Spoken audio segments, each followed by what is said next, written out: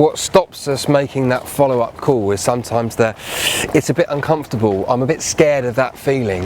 And what's that quote that we always share in our events? Is it a Jim Rohn who says, you know, everything you want in life is outside your comfort zone, otherwise you'd already have it.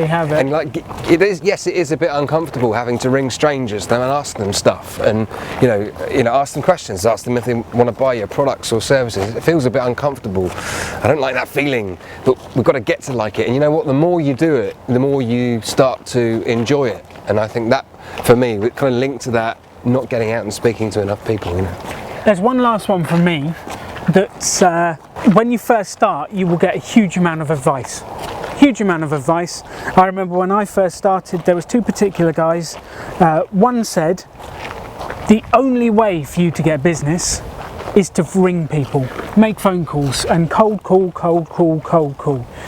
And the other guy said to me that don't bother making phone calls. The big companies have teams of people making phone calls. You'll never win any business doing that. You've got to network. The only way to do it is networking.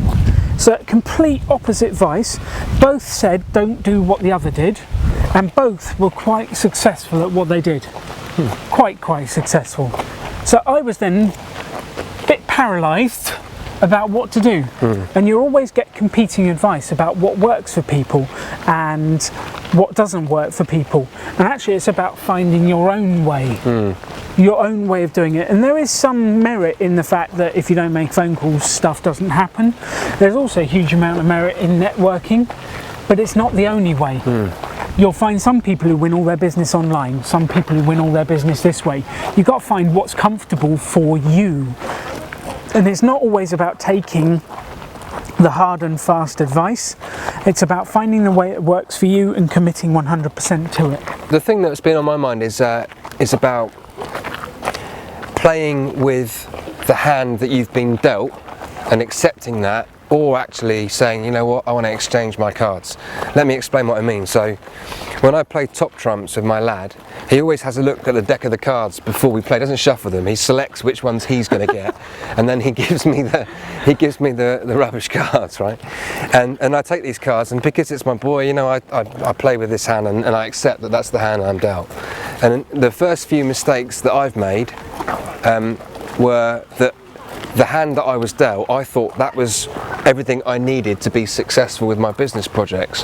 What I didn't do was figure out, where are the gaps in my knowledge? What is it that I need to know to be successful? I just kind of relied on the fact that I had some good ideas, I'm pretty good talking to people, and I can make stuff happen. I'll just rely on those three things, and that's what will get me success in my business.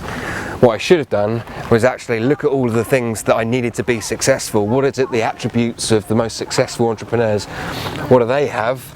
And how can I get that stuff and get that stuff quickly? And I didn't take that learning journey that I should have done. I didn't take that, you know, that opportunity to fill my brain and go and learn at the geometric rate. If I'd have done that, then the conversation I'd be having with you now would have probably happened 4 or 5 years ago, and the stuff that we're doing now could have happened 4 or 5 years ago if I'd have hit the gas pedal on sales, but hit the gas pedal on that personal learning journey. I know that's one of your things, but that's really kind of hit me as well.